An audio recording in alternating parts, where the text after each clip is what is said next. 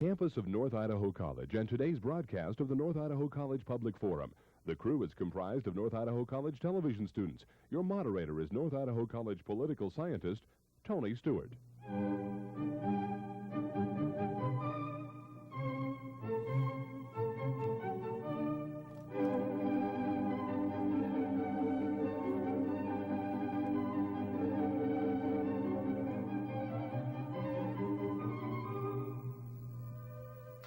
Today we wish to continue our series that was going to take place over a 6-week period concerning our responsibility for nature.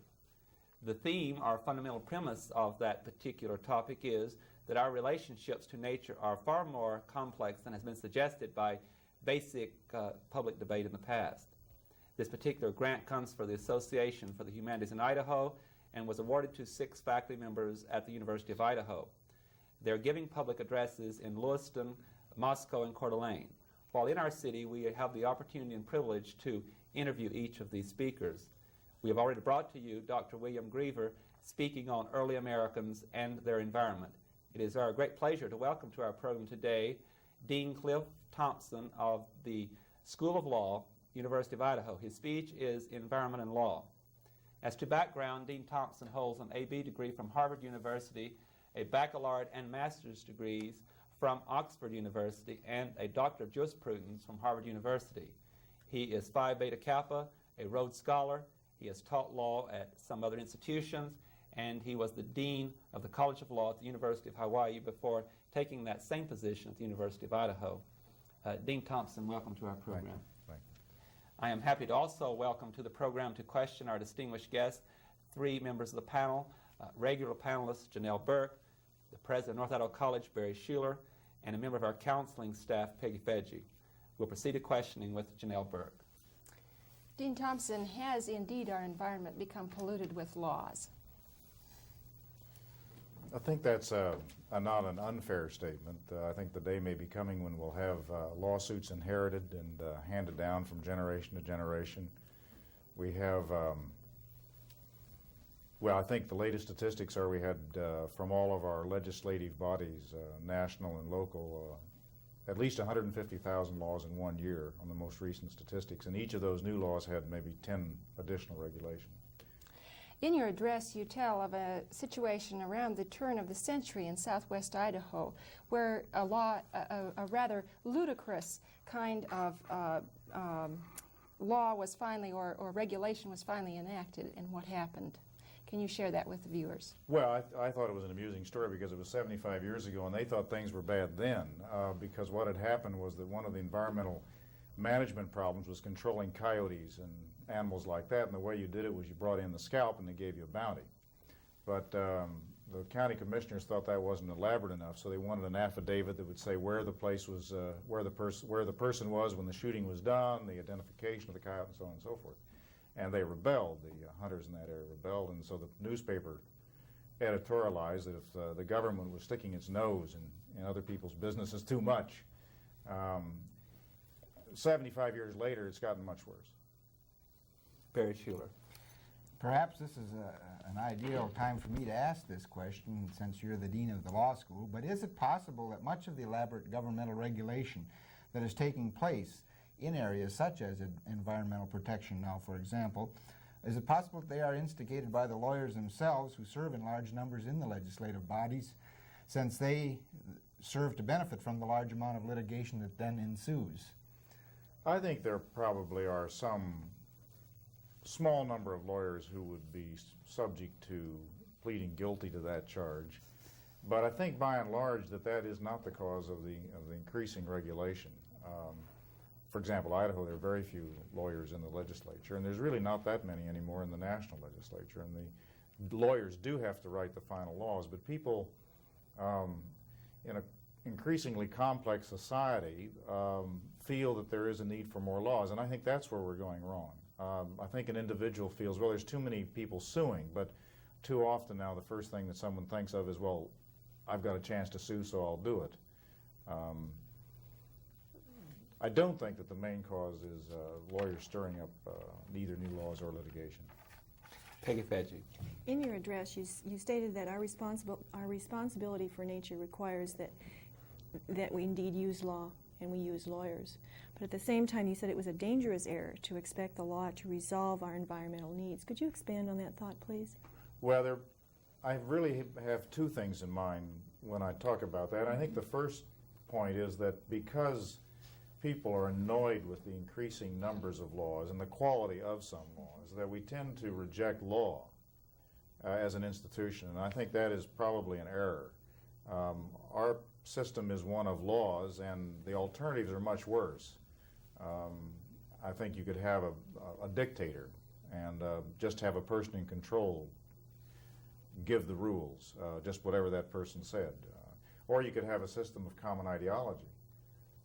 We're a country of great differences. We can't have that. We have to have laws which regulate us. So the question is not whether we'll have laws, but whether we'll have good laws and perhaps try to limit the numbers of laws. So we're going to need laws. And then the second thought is that it's wrong, I think, though, to put excessive reliance upon the law as a way of solving these problems. Another concept that you had in your address, Dean Thompson, that was most impressive was dealing with the basic tracing of law and the fundamental source where it comes from. And I was impressed with the idea that you pointed out that law is not really basically based on natural law, but rather it's become, in this evolutionary process, secular. However, you did leave an indication or a reservation that natural law does play a part in relation to just law. Could you amplify that point with the viewers? Of oftentimes we hear that certain laws should be kept and should not be changed because it has always been, or it's historical, or it's derived from basic law. Well, the idea I'm trying to link up there is that part of this thing we call our humanistic tradition really dates from the fact that the Greeks got it in their head, and it took them a long time to do it, but they've passed the idea to us. It was passed to us that we as humans do have an individuality that's separate from nature. And when that was kind of recognized, the flowering of studies about humans increased our awareness of what humans were capable of doing.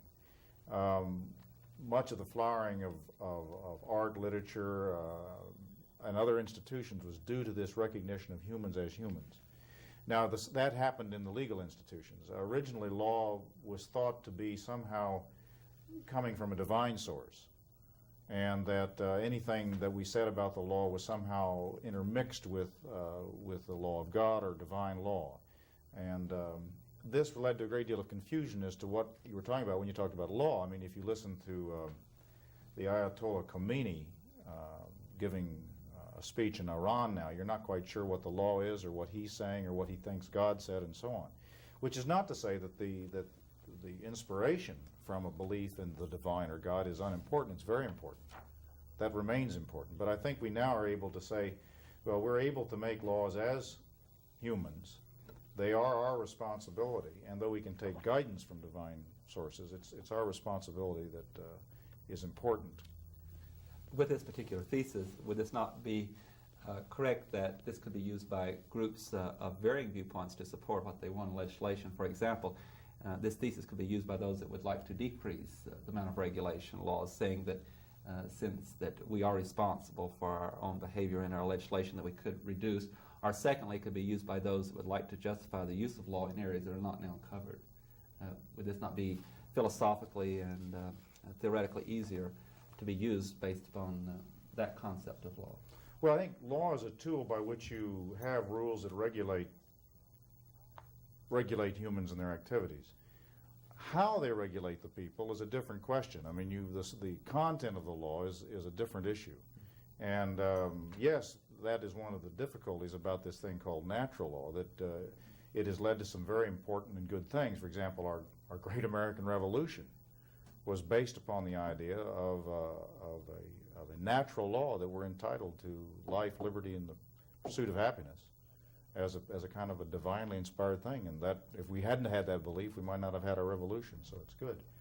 But a belief in the natural law has also led the idea that, for example, the German nation, at least the Nazi Party in the 1930s, had the correct view of what was inspired, that only a certain race should survive, that they were entitled to do whatever they wanted to do. It has dangers as well. But I think you have to separate the law as a tool and the direction it takes. The direction it takes is open to, I mean, it doesn't take a lawyer to argue about that. Janelle Burt. Many of us are familiar with the National Environmental Protection Act of 1969. Can you explain to us the various ways that the three divisions of government function in regard to this particular act?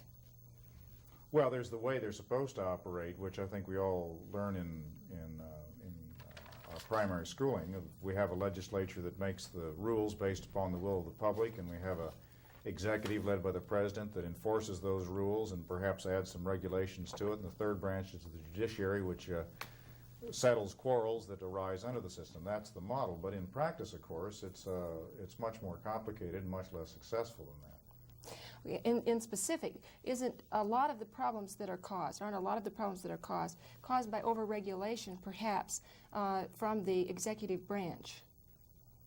I think so. I think there has been overregulation. I think that the time has come where an effort to make a better world by increasing the numbers of rules, in fact, breaks down, both because you can't keep track of all those rules, and secondly, because I think it stops the kind of initiative that people take when given a little bit of elbow room. On the other hand, if the courts weren't continuing to perpetuate the system, wouldn't executive orders fall? Well, it's the duty of the courts to apply the law as passed by the legislature, and if it's executive order, it has been authorized by the legislature to be made. So the courts have tremendous power of interpretation, but they could not say, well, this regulation has been passed, but we refuse to follow it if it's clearly there to be followed. The courts are there as the party to decide when people differ about the interpretation of a law or regulation, and where people are having a dispute under that. Now, the courts do, though, have a certain power of interpretation which leads us into new areas from time to time. For example, under the act you mentioned, the National Environmental Policy Act, required that before you could change the environment, you had to have a thing called the environmental impact statement. And the courts did make that a more powerful tool, which was a tool for making agencies gather data about the effect on the environment before they go ahead and act. And the courts gave added power to that by, for example, making the number of parties that were responsible under the environmental impact statement a greater number. And also by listening to appeals that the environmental impact statements were inadequate. With a favorable ear, the courts would say, yes, that they're not adequate. And when that happened, it throws a plan right off the tracks. You bring to a dead halt any effort to change the environment. If any of our viewers have joined our program in progress, our guest today is Cliff Thompson, the Dean of the Law School of the University of Idaho. We shall continue the questioning with Barry Schuler. In a real sense, wouldn't most legislation seeking to enforce this certain ideal relationships between man and his environment, aren't they not bound to be ineffective in attacking broad social issues of overpopulation, planned obsolescence, and a materialistic throwaway culture? In other words, is this whole area really one that's very amenable to laws and detailed statutes? Well, I think that's a good point. I think that is a good point. I think the danger that I have in mind when I talk about excessive reliance on law really has two parts. One is too many laws, that's bad. The other is thinking that something's happening just because you have, for example, a court fight. Now, some people would argue that by having publicity given to an environmental issue in the courts is a way of informing the public, and I think there may be some benefit in that. But the other side of the picture is that by having this going on in the courts, it's a symbolic reassurance that something is actually being done to solve these problems, whereas in fact it's only touching the surface, only touching the symptoms of the kind of things you're talking about. The real problems are that we have an infinite demand and a finite supply, that we have too few resources and too many people. The size of the problems are enormous. Peggy Thompson. I would like to get back to talking about systems of law, and one of the systems you spoke of, as opposed to our system of laws, was a system of common beliefs to which all people in a particular nation subscribe. I thought of the People's Republic of China, and I read just recently in the newspaper that they are if my understanding of this article was correct, going to be starting the 1st of January with a whole different system, and that is one of written laws, lawyers, open courts. Would you care to comment on that? Well, it links back to what we were chatting about before, that I think despite our irritations with the law, we're lucky to have a system of laws, because if you don't have laws, you're going to have something else. And for example, China, which is a very good example of a country in which the idea is everybody believes the thoughts of Mao, and it's slightly more complicated, but we all have a common ideology. And if you have a common ideology, it's like you do that through common education. You don't allow for diversity. You don't allow for differences. It's the kind of society Plato wanted. It's not a new idea. And though it might be appealing to say, well, how would it be to have a society with no lawyers? And I think a lot of people would say, well, that'd be wonderful. Well, China was such a society until quite recently. And I think they're not unconnected, that they don't have lawyers because they were attempting to have a system of common belief. Now, the article you refer to, I think, is the idea that since the so-called Gang of Four has been overthrown, that China's going to try and use a little bit more initiative, a little bit more individual efforts in order to do things. I visited China in 1973, and we asked to see the law school. We knew there had been a law school in Peking, and we never got close to it. They said, well, yes, there is a law school, but where would you like to go to? We'd like to go to the law school. We never got to the law school. And I think it's not unconnected that this new initiative for allowing for people to act a little bit on their own enterprise, a little bit more of an incentive system, is linked to having rules under which you know what will be your reward through your incentives, how your relations will be governed by that. I think they are connected. Dean Thompson, in relation to the grant that's been given about the environment and our responsibility to nature, you indicated in your address, if I read it correctly, that some of the preservationists in our country have been somewhat disappointed with such laws as NEPA or the court's decisions of enforcement. As you put it in your speech, that they've been dealing more with some of the detail rather than dealing with landmark decisions that have affected our country and the environment. Do you think that this is going to continue to be the trend, that law and the court processes will not have as great an impact on the environment as those who supported it at the beginning thought? Well, I think the act was passed about 10 years ago, and at first there were tremendous successes for the preservationist side. The movement was quite successful, and Progressive magazine's Washington correspondent, and Progressive is, of course, the magazine that thinks it's proper to print the details of how to produce an H-bomb, and they're a fairly radical magazine. You would have thought they might not have liked this as not being enough. They were very satisfied just 5 years ago with what was happening. But now, just this year, one of the president's advisors on the Environmental Council said that the time of easy victories is gone. That in the first 7 years, that something like 650 lawsuits were sued alleging that environmental impact statements were inadequate in stopping projects that were thought to be harmful to the environment.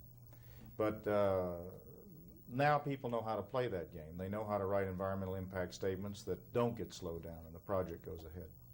If we can relate this for a moment to other areas of law that's much older historically and both legislation and court decisions, how would you compare this with fields such as rights for defendants or racial integration in this country, basic civil liberties and political rights areas, or even other areas? Has the use of law and court decisions had more success than they have in this more newly looked at field of the environment and its protection? Let me see if I want to be sure I understand you. That my theme really is that excessive reliance upon the law in the environmental area is misplaced. And you're asking, do I think that it's been more successful, law has been more successful in, for example, the civil rights area, or should it have a different role even than it does in the environment in those areas?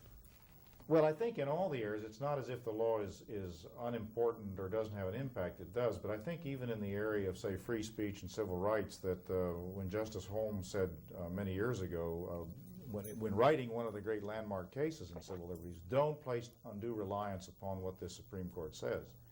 That if you don't have a public aware that you have to raise yourself to liberty, that you must defend what it is that you stand for. It's not enough just to have courts deciding this. It's the whole public must have an acceptance of the kind of principles which occasionally do reach landmark cases. So I think, again, there would be a danger in saying our liberties, our civil liberties, ought are protected by the courts. They are in part. It's not enough. Would you also agree that at times the court hesitates, the High Court, the U.S. Supreme Court, to engage in an area of controversy until there's a certain social acceptance or change in values? I'm thinking of the Loving versus Virginia case on doing away with anti-miscegenation laws or allowing racial intermarriage, and they did not decide that until a number of years after the Brown case in '54. Does the court lead or does it fall? I guess I'm asking. That's a very hard question. The idea that they see which way the public sentiment is running and run around over there and say this is the way we're headed. I think, in fact, the court on a number of issues has probably been ahead of majority sentiment, and in that regard has had an impact. On the other hand, if there wasn't a certain strong movement in the society, the court's decisions wouldn't have been accepted as well as they have been. The court would have been rendered ineffective. Of course, the Supreme Court, more than any other court, has a much wider scope in which it has the power to interpret a quite generally worded Constitution. And so you get, over a period of time, shifts in that. But then they shift back. For example, the illegally obtained evidence was an area in which they suddenly said illegally obtained evidence couldn't be admitted into a court, even if it was a bloody axe with fingerprints on it. And they're now moving back toward greater protection of the victim. One more brief question and back to the panel. Back to the environment, the U.S. Supreme Court today, with our energy crisis and so forth, do you feel that they are a little more hesitant in dealing with what might become a landmark case in relation to land and our resources than they would have 5 years ago? No, they'd be more willing to do it. Janelle Burke. In your address, you indicate some alternatives to what we think of as the regular judicial process. Can you share with those with us?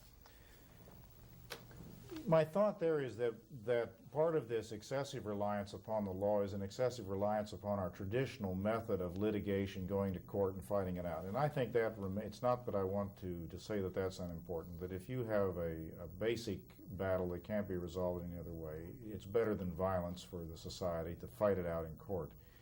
But it has, I think, led to a insufficient attention to negotiation, mediation, and arbitration techniques, which have been developed in areas outside of the law as well as inside of the law, and to use those more effectively. It's by analogy because it was an environmental issue, but in the Silver Valley, there was no economic development of any substantial sort while the companies fought it out in court as to who owned what claims. It was a very debilitating battle back in the 30s. And they switched from court fighting to negotiating, and then to reach an agreement by contract and just staying out of court. And then the enormous expansion took place in the valley. And in the environmental side, I think you have an example right here in the northern area where the Northern Tier Pipeline Company case was settled very effectively outside of court to the satisfaction of nearly all parties. And people that are interested in that, very interesting article written by the Coeur d'Alene lawyer Scott Reed in the Idaho Advocate. You also mentioned that lawyers can be effective generalists. Can you explain what you mean by that term and how they might be used? Well, an effective generalist is someone where you have, as you do in the environmental area, so many specialized aspects that it's like pieces of a puzzle. They don't fit together very well. And the idea of a generalist is someone who can mediate or can cooperate with those groups. And I think law training provides people with that background, but I'm obviously a biased party in this regard. And one of the best statements I found was by the President's senior scientific advisor, who was a biologist, served for the past 8 years. And he said that the best generalists that he had worked with in the government were the lawyers. And he thought it was because of the way they were trained in a case method which links theory to practical everyday disputes. I think the lawyer, can serve that role. Barry Schuler. With the enactment of more and more federal legislation and promulgation of federal regulations in the area of the environment, do you think that it's possible that might work to the disadvantage of states like Idaho, where our economy is so dependent on the use of natural resources? And are we not, in effect, by the emergence of the federal role, not giving perhaps a vehicle to the Eastern establishment, for example, to turn us into their playground at the expense of our economic growth and well-being here in Idaho? Well, I think, yes, that raises a very fundamental and hard question, not one to which I don't have an answer, because I think on the one hand, where people lose their jobs, Elk City is a good example of that, because a few people want to backpack. Those who want the jobs and have had them for a long time get understandably quite excited.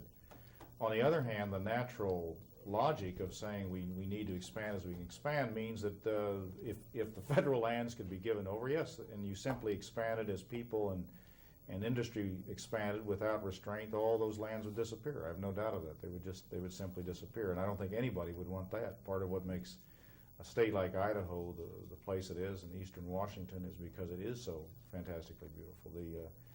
The governor in Washington said that we don't need any more wilderness, and I think the answer to that is there's never going to be more wilderness. There's only a certain amount. You can't manufacture it like bread wrappers. It's just there. And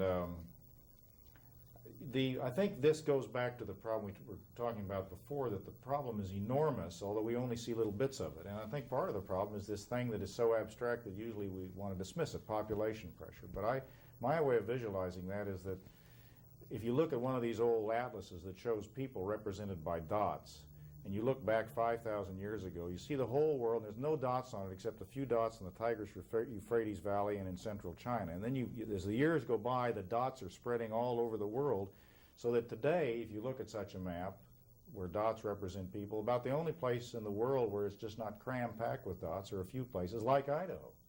And yet even here we know it's changing. The population in the Coeur d'Alene area has doubled in 7 years. There's sewage pollution is a real threat for the first time. And also the fact that the quality of the life here may change forever if the trend continues. Peggy, about 1 minute.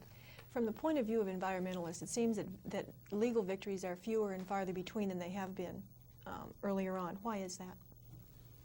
Well, because of the restricted nature of what that National Environmental Protection Act could do in terms of the environmental impact statements, that people wanting to change environments simply did play the game. They got their environmental impact statements, and instead of doing them poorly, they did them well. The one for the Alaska pipeline cost $9 million. It was 9,000 pages. You produce that, and you can't find a good legal objection to it, and so the project goes through.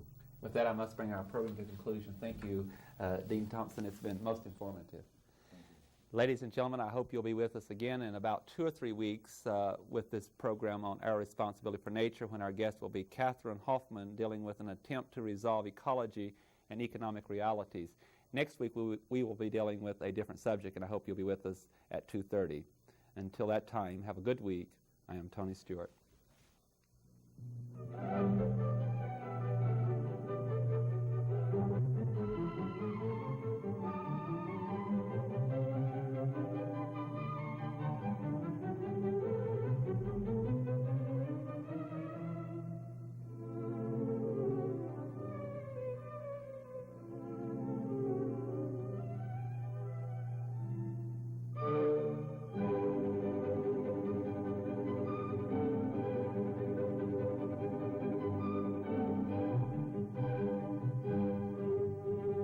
The North Idaho College Public Forum can be seen at the same time each week over this station.